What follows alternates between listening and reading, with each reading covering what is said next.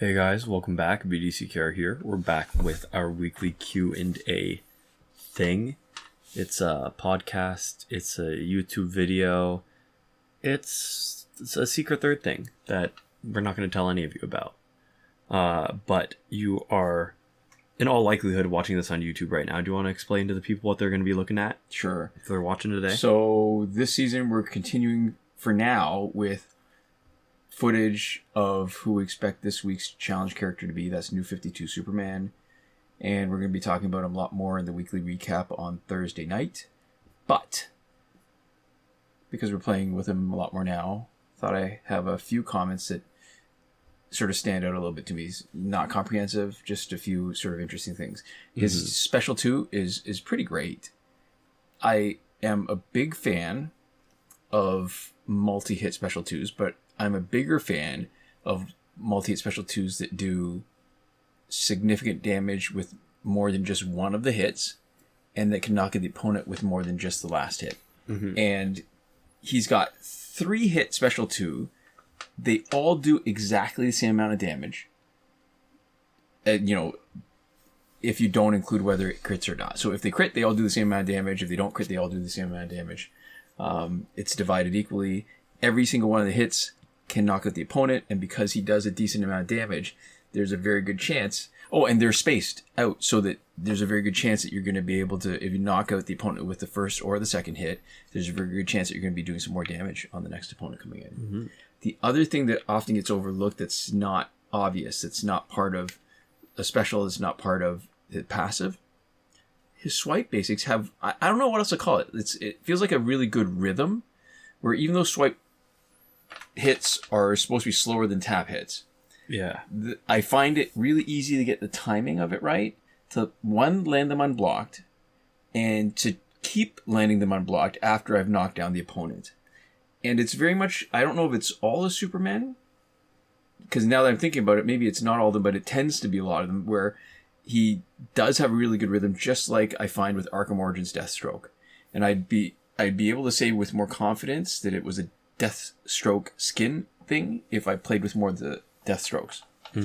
But it's something very satisfying. And what's fun about this particular team, I mean, it's, just Rebirth Raven and Hawkgirl as support characters, is that I could probably get away with not having such fast tag-ins and tag-outs, because once he's built up with his passive to increase his damage, so we're giving up on part of his passive by not having a full Justice League team, because I think part of his passive is to reduce damage, but the other part of his passive is that when he accumulates power, every 2 bars of power he accumulates, he gets a boost to his basic damage. And it's kind of fun using his basic damage, because I think I can get to, on a crit hit, about 17,000 damage on each swipe hit of basic attack with no gears to boost basic damage, and it's all his passive.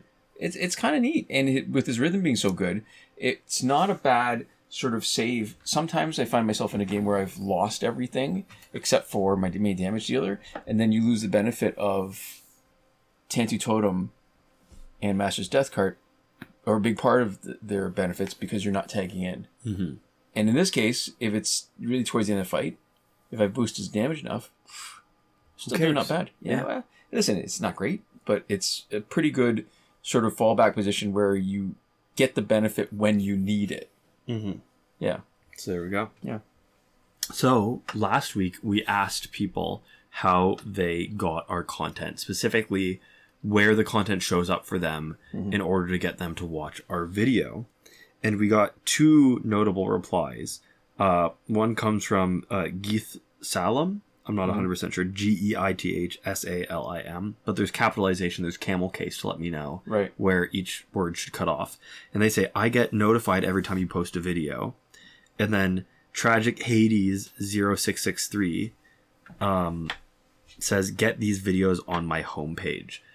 So notably, neither of those are subscribers, and that's something that I actually didn't even think about when I was talking about it. Does that mean about the if options? They get notified every time? Doesn't that typically happen with It's a subscriber, but it's more than just a subscriber. There's a bell icon when you subscribe. Oh, okay. So you don't mean that they're not subscribers so much as you mean that there's something more than just subscribers. It's not the subscription feed, right? Got it. Which is different. Right. So you know, and obviously there's one of the, when you're talking about sampling, right? Mm-hmm. When we're talking about getting data, what we'd call this is a convenience sample, right? Which is just, we set it randomly. It was the easiest way to collect the data. It's just at a random point in our video, we just talked about it. And it has what's called a response bias, which is the people who are willing to leave a comment are a lot more likely to be different in some way from the people who don't leave comments. And specifically, if we ask you a question and you answer it, the difference is that you are more engaged with what we're doing, right? Right. You're less likely to just have it on in the background and be sort of half paying attention and just have it be noise while you're doing something else. Right. You're more, you know, likely to be engaged and interested, which first off is cool, right? That's kind of like out of the people who listen to us, those are the people that I find it more exciting that that's a demographic of listeners, right? Of people who are engaged in whatever. But also, those people are probably more likely to be subscribed. They're more likely to, and this isn't something I thought about, but more likely to have hit that bell icon and be getting notified when our videos come out, right? And so it's cool that there's somebody whose name I don't actually recognize from comments, I think. Maybe they're commented here or there, but they're certainly not like a frequent commenter, right? But somebody who gets notified every time we post a video and at least some of the time watches it, right? Right. Which is kind of cool. So anyways, thanks for the data, and thanks for, I guess, clicking that notification bell and watching all our stuff. Cool. And I think anecdotally we've noticed it on a different kind of scale where when we were getting a lot more views, like sort of in our heyday when ad revenue was way up, that we'd get a lot more people who were engaging with injustice more than they were with us, and they'd get us mixed up with other videos that they saw and stuff. And that as time went on and we had fewer views, it was actually better for the kind of comments that and questions that we're getting, that the people that did stick around seemed to be just, you know, good eggs, like the kind of people that we might find ourselves hanging out with. And then I think there's definitely been a decrease in comments over time, just as people, you know, have gotten tired of the game, moved on to other stuff in their life, you know, or at a different stage in their life maybe than when they were watching us, which is totally reasonable. It's funny you should mention that. Yeah. Because of the next few comments. Yes, there we go. The next one comes from Premium Twig, and they say, had to re-download this game for the one time. I am glad y'all are still making videos. And we also have Barry Ben, that says, been grinding for the past few weeks on a new account. Last time I got into this game was back when Black Knight Batman passive was time-based. Love your guys' content. Keep up the good Canadian word. We've got one from God of War 5520. It's GADAFWAR. It sounds like God of War. It is, and it could also be because it's that those God of War? No. GAD AF, you know. No, I don't know. Yeah. Something. Give something. Anyway. Yeah. They say, crazy how time flies. I remember watching your videos the first time when I was like 12 to 13, LOL. And then, do we want to... There's like a million comments. Do we read them all out? I don't know. I'll read some of them because the flavor of them is just funny. It's funny to me, like the different kind of flavors of it. So, Reluctant without the A says, wow, this is awesome. I didn't know you guys still uploaded videos. I remember watching your videos back in 2017 to 2018 with my cousin. We used to be addicted to Injustice. I love you guys. Keep it up. And Doja's Home Videos 1468 says, I used to watch these videos a lot as a kid. I'm glad you guys are still active. Yeah. How many more? Oh, there's still more. Yeah. One Chuck Corleone. Chuck Corleone says, I can't believe this game is still alive in the community. The nostalgia, man. And then a little cry emoji. Yeah. And all right, so Keanu Reeves. Oh, no, it's not Keanu Reeves. It's Keanu Reeves. 21A says, NGL, not gonna lie, the commitment to this game is insane. Yeah. And those aren't all questions. Appreciate you guys still hanging around or coming back. Yeah, these are spread out. I think there's a couple things that stand out to me. And it's funny because the longer we do this, I think the more navel gazing we get. Because, like, what else are we going to be talking about? Because there's only so much time we can spend on Injustice. But the one that I think that the piece of information here that stands out the most to me is Reluctant saying, I remember watching your videos back in 2017 to 2018 with my cousin. And there's something about that, the watching experience being communal. Yes. Right? Yes. There's an element of community because there's other people watching this, right? Watching the content as well. Yes. But specifically, somebody sitting down with their cousin and they're both into into Injustice and they go, oh, let's watch the new BDCKR gaming video. Sure, to me, that is so funny because it's funny and it's not. I think it's perfectly in line with the game. Cool. For me, the big part of the appeal of the game was nostalgia to start with. Even before I played the game, I knew these characters. Mm-hmm. I grew up reading comics and maybe not reading even as much as I wanted to because the access I had to comics was pretty limited. I knew these characters. I ate this stuff up. I remember watching Super Friends when I could on Saturdays when I wasn't stuck doing other stuff that kept me from the TV. And I think it's perfectly in line. The game to me is a nostalgia fest, and the fact that we are sort of following in that lineage where people are nostalgic about us, talking about a game based on that nostalgia, I think that's cool. Yeah, I think this is the moments that I've been the most pleased and surprised and happy with making stuff for the internet has been the moments where there's been some sort of relationship or connection formed, right? Mm-hmm. And sometimes those are a little bit more direct, right? Like one group of people is Patreon supporters, is consistently sort of shocking. And because there's an ongoing support, it's like, every month, it's that little surprise again of, oh, this person still wants to give us a couple bucks a month, right? Yeah. Which is very cool. And then there's been some interactions we've had. There was that MMA fighter or trainer that you did the weighted pull-up challenge with. Yeah. I Profit. High Profit, was for a big sure. Contributor for a while, Yeah, just, writers, just a lot of interesting people. There's just a lot of regular commenters, and I almost don't want to shout out too many specific ones. Just then people feel left out. But there's been many over the years. Yeah. And it's in moments like that I think it's the coolest. And it's also kind of fun to know when we get those comments every once in a while that there was a certain number of people who had some sort of connection or relationship to our content despite never commenting. And for me personally, when I think about all the people that I like and follow as content creators, the vast majority of them would be that form for me, right? Where their content has meant something to me, right? At a minimum, it's been something that I've spent a decent amount of my time, listening to, or engaging with. But in some cases, they've meant quite a lot to me, actually, where they were entertaining when I was not finding as much sort of joy or entertainment in other sources of stuff or, whatever. Right? And not to say that there was ever any time where I was like doing so bad that I was like, this is like the only thing like getting me through. Right. But just that relatively, I can think of like recently, for example, Northern Lion, right? Is somebody who I find so consistently entertaining that I can just feel kind of bored or directionless with my free time. And then I know I can click on one of his videos and I will be probably pretty entertained. Right. Even though I don't really comment or anything. So there's no way for that relationship to mean anything. And in the case of somebody like Northern Lion also, I think that's probably true for so many people that it would not be noteworthy that I am as an individual like, oh, that your content really entertains me a lot, means something to me. But it is very surprising and entertaining and a little bit delightful whenever anybody says that to us, right? Because it's a small enough number of people. And also, it's not something that I expect or consider or think about until somebody says it to me, or I'm like, oh, really? Yeah. It's kind of surprising every time. Like it is really delightful to me, having cousins and having things I've done with my cousins, thinking about playing Sly Cooper, for example. Oh my God. That series of video games, but just playing hours and hours that was PS2, I think, right? Yeah. But I think they're on multiple PlayStation because there's a bunch of them. No, but I mean the one that we had a copy of it on PS2, I think. Yeah, was it PS2 or... Yeah, it would have been, yeah. Yeah.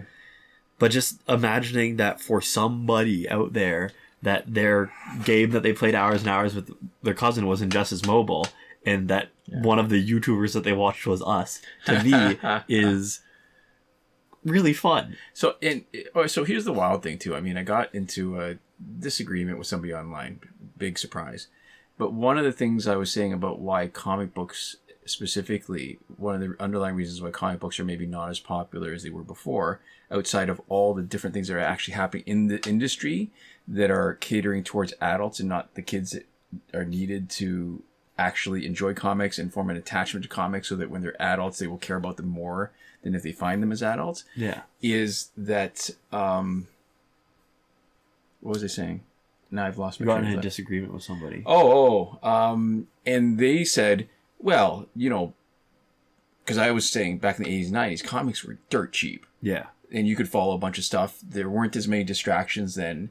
And so... I think notably, comics were dirt cheap, and there was a much lower volume of free entertainment that was catered to you specifically. So this is the point I was making, is that there was just so many more options. There's a vast number of more options now than there were in the 80s, 90s. And they're saying, well, look, 90s, there's lots of stuff. There was, you know, video games and TV shows and internet. And I thought, oh my God, internet. Like, are they really comparing the internet content of late? Well, I mean, the internet didn't exist as a commercial thing in the 80s. It was the early 90s. Internet was nascent. Yeah. But I mean, like expensive and limited. Dial up, slow, and the amount of content you could get. I mean, think about it. Think about how much time people spend watching YouTube, watching streaming services. I think also in the earlier internet, there was a certain level of savvy required. Oh, right? yeah. It wasn't mainstream the same way it is now. Well, I think you needed to be good at technology to get more out of your experience, and to some extent to have an experience at all. Sure. I think like now the default level of good at technology you need to be to access and spend a huge amount of your time on the internet has gone way down. Sure. Oh, right? 100%. There was a time where I think just to go online and spend your time, you would need to get tech savvy enough that would sort of qualify you to like do tech support for like all of your friends like now. So even when you got past that level, before Google, I don't know how to explain it to you except to give you this one example. They used to publish books. So when you think about books where it takes, on the short end, months to publish a book to more than a year. But they publish books with like websites? With websites to tell you, this is a place you could go to look for this if you type in this address. Yeah. And to me, that is absolutely ridiculous. Mm-hmm. Because if you needed to buy a book or borrow a book from the library in order to find what you wanted, your ability to actually get to where you wanted to be or would enjoy was like orders of magnitude smaller than it is now, where you can just bounce around, follow a bunch of links, and just really find your people. Like before Reddit, before YouTube, before streaming services, before like the amount of content that is available, but that is also accessible, not available only because it has to exist, but that you have enough bandwidth to be able to enjoy it properly. Mm-hmm.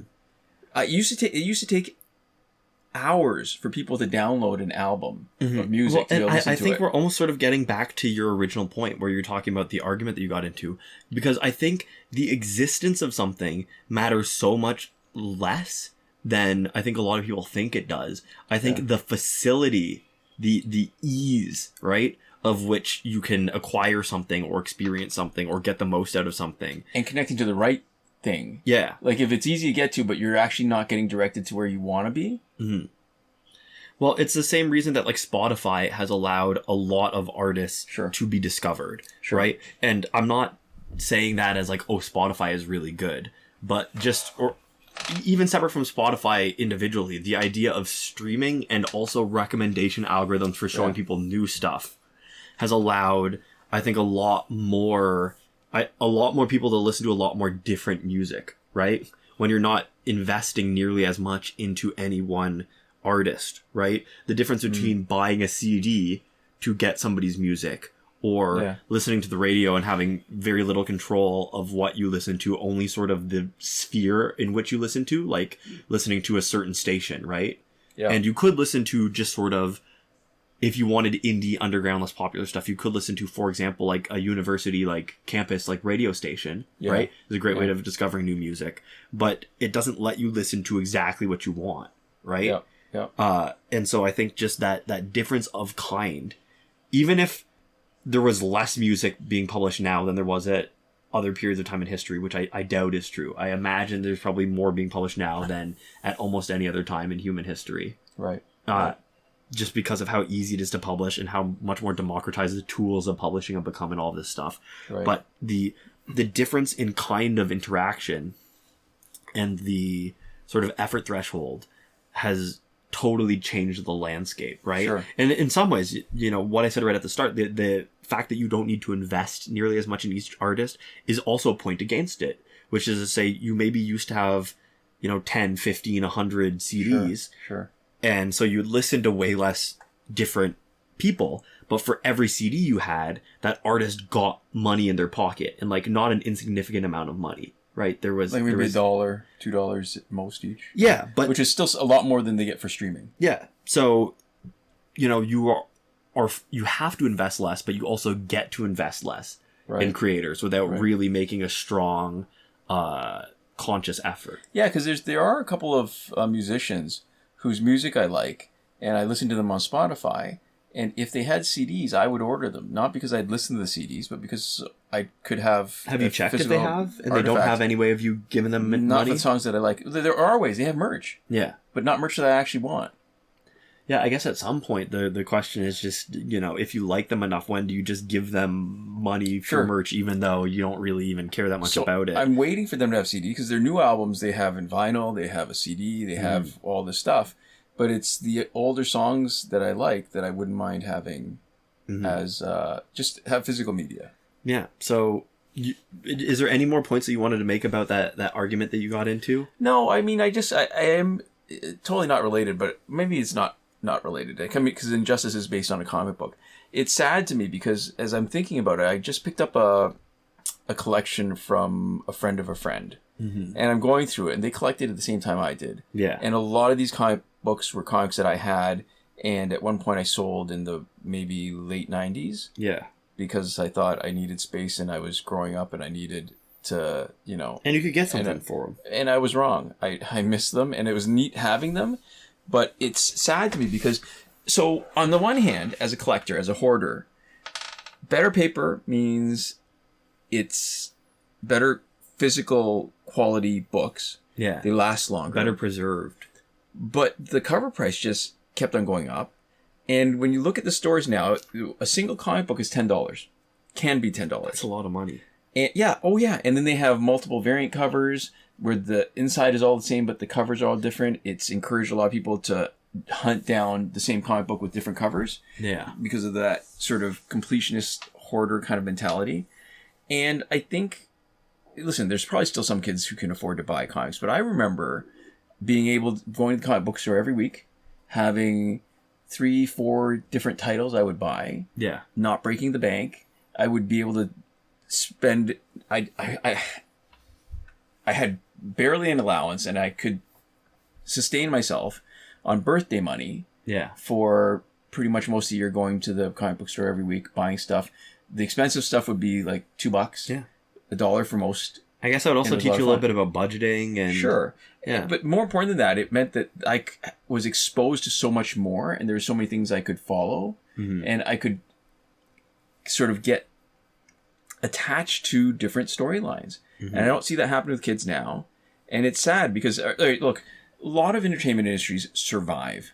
I mean, opera is not nearly as popular as it was, I don't know how many hundreds of years ago. It survives still, but it's a very niche entertainment. Yeah. Theater is less popular than it was in Shakespeare's time, right? I think. I mean, if I'm going to say, I'm going to make an assumption. I don't actually know. That's true, actually. You would have to imagine. Stuff survives. I would say at the very least that the ongoing cultural impact of theater is like it's a smaller percentage of like the generation of culture. I think it's fair to say. So it makes me sad because comic books haven't been popular for that long, and really, it's almost like it's on an accelerated life cycle where it's not going to die, but it's getting already to be nothing more than just the sort of feeding ground for movies and TV shows. Yeah. Which is what Marvel's turned out to be, because you don't have a bunch of kids reading it and enjoying it and collecting it. This kind of stuff on newsprint that's going to fade away or get trashed or destroyed. That it's really just a breeding ground for movie ideas for the Marvel Universe, for example. Yeah, that's one of the things that people have been sad about with Pokemon cards is the way that the speculative market has made it a lot harder for it to just be like a thing for kids. Yeah. Right? Where there's like a lot of adults buying up the packs, and it's like, it's a very different thing. Right? Yeah. And yeah, I think... And the companies are still making money. I mean, this is why maybe sometimes there's a difference in sort of the motivation. Yeah. Or not the difference, a disconnect in the motivation between what would be good for the hobby versus what would be good for the bottom line of the company. Yeah. Because the companies are still making money. Mm-hmm. But they're making money off that same group of people. And people have been predicting the death of comic books for years. I totally get that. And I'll admit that it's going to make my argument sound weaker. But I think where we're going to see it is not right now. And it's not, clearly it wasn't 10 years ago. But it's when the current collectors who grew up collecting comics as kids die, and the number of people who are collecting, there'll still be some, but the number of people collecting will drop off, and the interest in comic books will drop off with it, except where they act as basically media tie-ins. Yeah. Well, and the other thing too is that when we talk about comics, right, you're talking about comic books, I think there is actually an argument to be made that there is still massive popularity for comics, but it's webcomics. Mm-hmm. Like, I have multiple friends who read webcomics every week, and I think it really does tie back into everything we've been talking about, where what it is it's a difference of kind and a difference of form. Yeah. Where now there is an unbelievable amount of stuff at your fingertips for cheap or free. Yeah. That is either trying to make money from you in terms of later monetization. And I'm thinking about sort of mobile games and that whole ecosystem. Right. Mobile games, but also the freemium ecosystem. So like some of the world's biggest video games, right? Like League of Legends, Valorant, Fortnite, right? All that stuff, those live service games. And then attention economy based products, which is most of the internet, which is just selling ads and your attention, and then there will be some conversion to sort of merch, or there will be some higher order like fan conversion directly into capital. But that the highest volume of the people engaging in their stuff is people who don't put any money in, and you're just monetizing their attention, time, or energy in some way. So I don't even know if that's a good or a bad thing necessarily. It just is. I think it's the new reality. Right. And I'll say I think that sometimes it can be a bad thing. I think if you let it be a bad thing, especially on a level of personal consumption, you can have a much more even kind of experience with how you spend your free time, but with a lot less of the peaks and valleys that come from consuming intentionally, and with less opportunities to maybe find stuff that's really, really cool that surprises you quite a lot to you. And at the same time, I'm not even saying that that's intrinsic to the format, because when you talk about free webcomics, there's just within that alone a huge amount of stuff that is really cool that might not have been able to be made if there was more people making decisions on the basis of its financial viability. Right. So I think there are elements of it that are worse and better. And I think the issue, if there is one, is how much easier it is to slip into that sort of not as meaningful version of that experience for you, where instead of, finishing something and then saying, where do I want to put my dollars next, and needing to think and decide a little bit, that you can just sort of have things happen to you because you're not putting anything in other than your time, but then you are spending your time, but you're not getting very much out of it. Right. So I think it's easier for that to happen, but I think that it can be better or different or weirder if you're willing to put in the legwork yourself too. I think it just, the world doesn't ask you necessarily to do that anymore. You have to ask yourself to do it. Right. Yeah. So anyways, let's maybe do one more question. Yep. This one comes from Brayan 20.26. Brayan, I'm not sure. They say, it takes dedication to post about injustice even 10 years later. Great, dude. My question is, why does multiplayer even matter to grind a lot if the hackers just take first, second, and third? Even the fourth place account gets the same rewards as top 300. Yeah, I think the assumption is that top 300 is enough to be the top 1%. Yeah.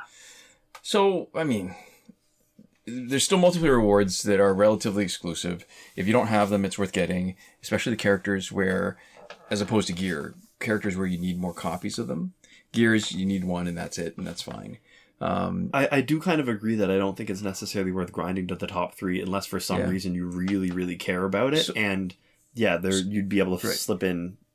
Back in the old days, the developers would do some cleanup of the leaderboard before the end of the season. It's why we were able to get, I think, on one of our accounts, the little icon for coming in 3rd place. Yeah. So it definitely is, but I think it's a very relatively small number of people who are both willing to grind for the top 3 and able to grind for the top 3. Mm-hmm. So for most people, it's still worth grinding because what you're trying to do is keep yourself from falling out of the top 1% to get most copies of the sort of the premium reward for multiplayer. Yeah, but I don't really think that the top of the boards is worth the effort, really, except for the glory. And you're right, with hackers, it's kind of not possible, right? There was a time, I will say it wasn't too long ago, when there was still some attention from the Warner Brothers and developers to maintain the integrity. Mm-hmm. And there was a week of vacation I seriously considered just taking the time off, doing nothing but grinding Injustice, and trying to get number 1. Try to get number 1 to get that little, the little notation that you can get, the special whatever. Yeah, the badge or whatever.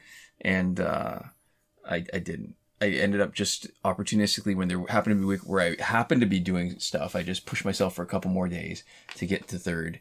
And it was one of those weeks where the reward was pretty bad. It was one of the gears, I think, where people don't care about getting any higher than just 1 copy. Yeah. And there just wasn't a lot of action. And I think that sort of time is gone. Mm-hmm. But I hear you too. I agree. I think it is a little bit sad. It would be a better experience, but I guess it makes sense that there's probably not enough in it for them to make it worth having somebody spend their days doing that kind of work. Well, it's a lot of work, and it's not even directly clear how it would benefit them other than making maybe a very, very, very small number of people, right? It would have to be like a fraction of 1%, right? Yeah, of making them grinding happy for that top 50 or whatever, or top 3. I think we're talking sort of about the same thing. Like I'm talking about the time that it would take to hire somebody, like to have staff to do that kind of work. It would take a lot of time, and on top of it, what I'm saying is it would benefit not a lot of people. Would be pretty low. Yeah, not a lot of people would be extra happy with that. Although I'll tell you what, even the people who aren't competing, I think every once in a while I'm on the boards, and the kind of frustration that people have with the top 3 or the top 10 being hacked, is it might be worth it to more than just the people who actually get to the top 3. That's fair. There would be some amount of value there potentially. Yeah. Fair enough. Okay, so there we go. I think that does it for this week. To finish up, we'd like to give a huge thank you to our lovely patrons on Patreon. That is Michael Devries, Irvin, Ruiz, Hoshi 127, Nora Klimek, and Miguel, supporting us on the credited level. I'd also like to give a huge thank you to all of you for watching. We'll see you next time. Komoda.